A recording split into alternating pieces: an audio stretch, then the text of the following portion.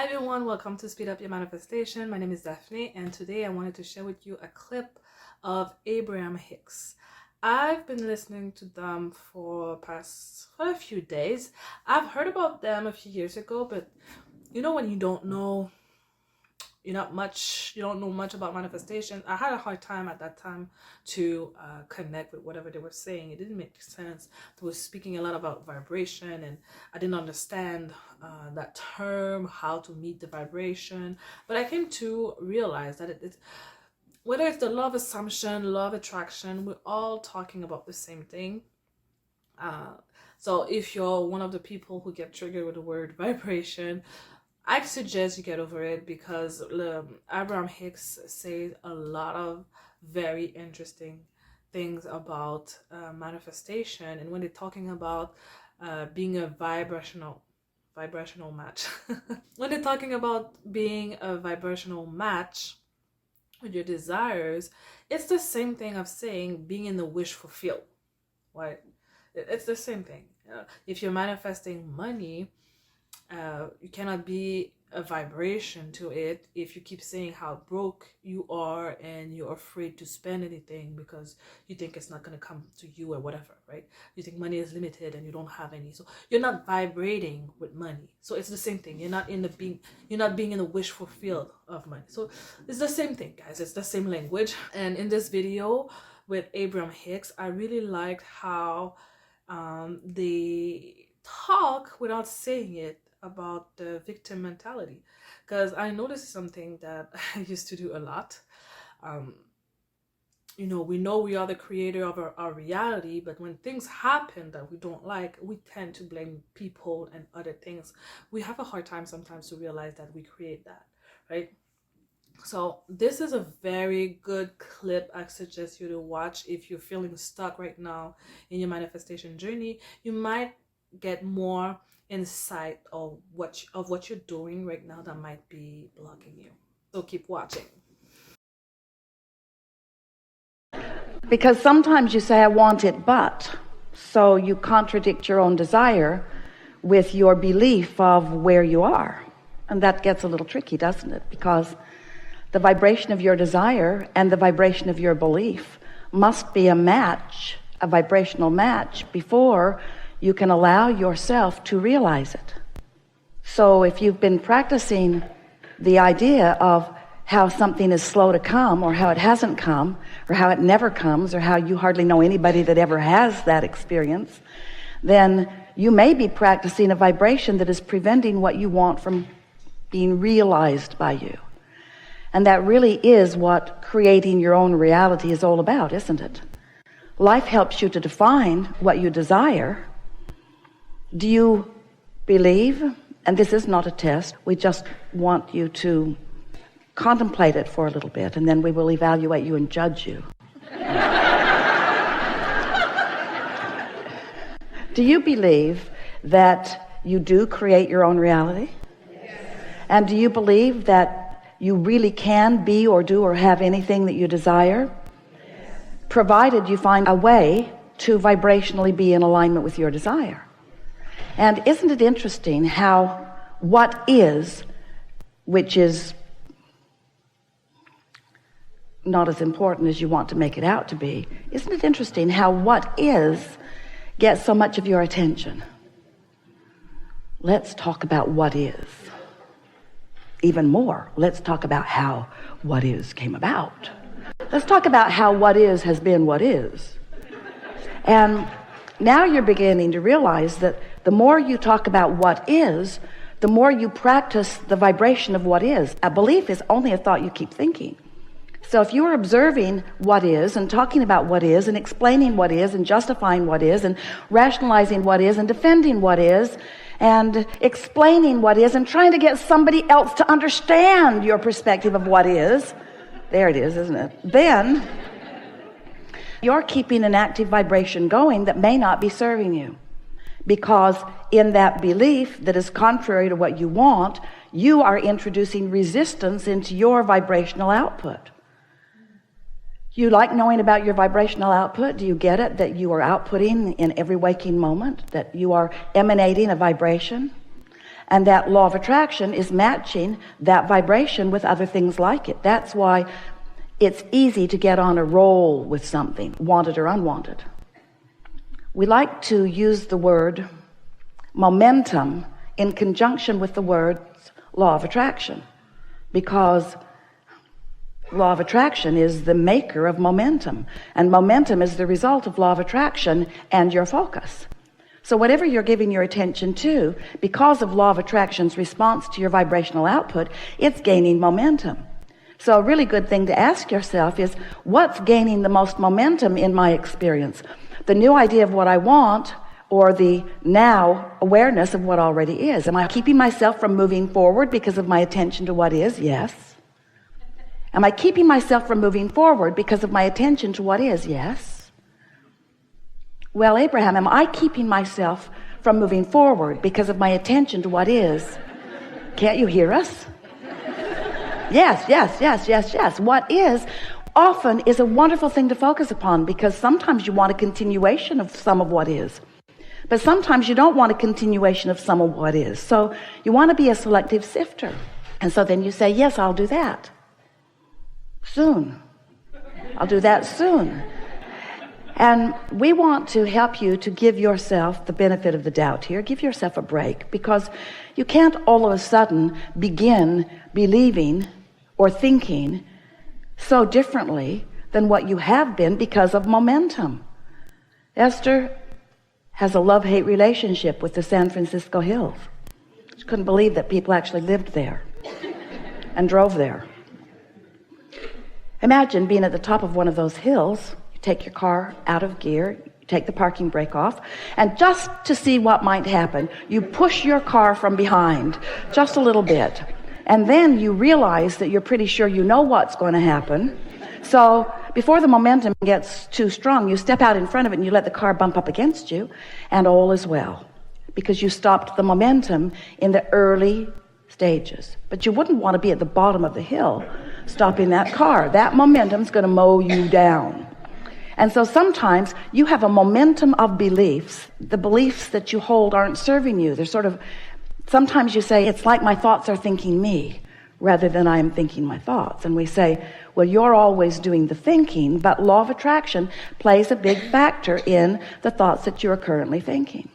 So today, I want to talk with you about anything that matters to you, but we want to help you to get a handle on what your point of attraction is. And we want to show you some easier ways to adjust the vibrational output that you've got going on. Meld your beliefs more in harmony with your desires. Begin to let some of those beliefs that aren't serving you go dormant by your lack of attention to them.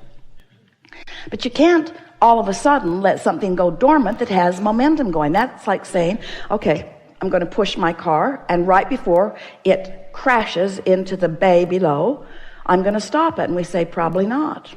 Not in a comfortable way. And we want you to know that you can change your beliefs in comfortable ways. It doesn't have to be a hard thing.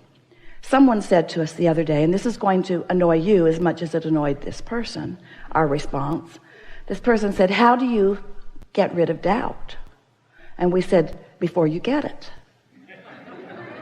Well, how annoying is that? If I've already got it, then it's too late for me. What we wanted to make this person understand is that what you've got going on right now will peter out if you do not continue to give more attention to it. Really, it will. This universe is based upon attraction, and when you are thinking about something, law of attraction is responding to the active vibration here and now. So if the active vibration here and now is different than it was before, then your point of attraction is shifted and you're going to receive different things. So today we want to talk about anything that matters to you, but we want to weave it into the framework of the laws of the universe as we know them to be. We want you to begin to utilize law of attraction and its momentum, its literal physics of motion, in the same way that you have learned to use gravity to your advantage. None of you say, I'm going to be the exception to gravity. I can fly for a minute. we want you to understand that this law of attraction is your best friend. And the reason that it is because it's utterly consistent. But you have to understand what you're doing with it. You have to understand what your point of attraction is before you are the deliberate creator of your own reality. Otherwise, you're creating by default, just sort of offering thought all over the place. So I'm going to give you a very brief sort of bringing you round to what we know you already know, but it's a good basis to begin with. And then it is our promise to you that today, not only will we answer everything that's active within you, for sure, but together we will collectively take thought beyond anything that has been before on this subject of creating your own reality. Because we want you to be clear and confident about how thoughts turn to things. How is it that you conjure something in your mind, practice it a little bit, and then it begins manifesting in your experience? How is it that thoughts turn to things? Because they do all over the place. Everything that you are living is a literal translation of the vibration that you've been practicing. But when you're not doing it on purpose, when you're not doing it deliberately, when you're not paying attention to the guidance system within you, and you're not deliberately molding your thought with awareness of what the new molding feels like, then you have a tendency as humans, we love you so much, to observe outcomes, to observe conditions, and then to spend most of your time evaluating the conditions, measuring them, categorizing them, judging them, condemning them or praising them, but vibrating all over the place because of them. So you have very little control of your own output because we love you so much, nosy. You have so much attention about so many things that you then activate in your vibration that doesn't serve you. And the primary reason that you are willing to do that, we love you very much. You know what's coming next whenever we say that. We do. We love you so much. But the primary reason that you do so much of that is because, did we tell you we love you? You're willing to put up with not feeling good. You're willing to endure negative emotion. You're willing to say, guidance system, I know you're trying to help me do what's better for me, but I'm strong and brave. And I can endure the discord that I'm feeling as I focus in opposition to what I want, to all that I've become, and to who I really am. That was dramatic, wasn't it? But you do it because you are willing to put up with it to a certain extent. And this is what we meant as we were talking to our friend about getting rid of doubt before it starts. In the early stages of practicing that vibration, it's not all that painful. It feels sometimes like a little bit funny, and then a little bit interesting, and then slightly annoying, and then maybe even overwhelming and irritating. But you can live with all of that. That's just daily life on planet Earth, you say. And we say, but it doesn't have to be. And if you let the momentum of it move from those slight irritations and you don't do something about changing the focus of your thoughts, it's going to get bigger. And before you know it, you've got some full-blown car barreling down the hill, and you're at the bottom of the hill trying to stop the momentum, and you're saying, this is hard. This is too hard. Life is hard. And it's not my fault.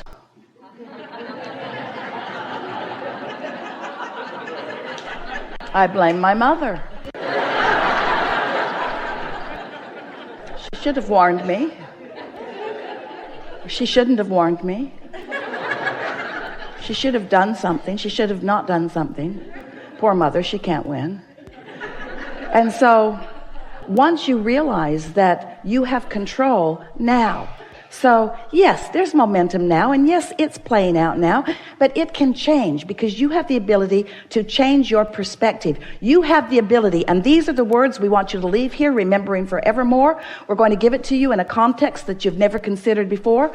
You must consider your life experience without giving so much attention to the conditions of the experience. because you cannot find vibrational alignment with source and with what's coming and with who you really are and with what you want and with all that you've created and with what's in your vortex and with all of the things that you have become. You cannot be a vibrational match to the more of you when you are a vibrational match to the less of you. It's one or the other. In other words, you've got to focus toward something, and if you're focused toward what is, then you are just regurgitating what is. You're holding yourself in a vibrational pattern that won't let you move from where you are. Different faces, different places. Have you noticed? Different scenarios, but the same old keeps happening because of your attention to what is, you see. And so we know you've heard the expression unconditional love. People talk about it all the time, but they don't have a clue what it means, because most people, when you speak of unconditional love, think that what we're saying is look at some condition that is really important and tolerate it. Look at it, and even though your guidance system is turning your guts wrenching inside out, even though everything within you is letting you know that this conversation is not of advantage to you and it's just perpetuating a vibration that's going to continue a point of attraction that does not serve you and that you do not want, even though all of that is going on, be a lover, an unconditional lover. Just look at that guy you hate and say nice things about him when he's around. But unconditional love is being aligned with source. That means you have to look at things the way source looks at things. You can't have something going on in your vibration and just cover it up with words and action.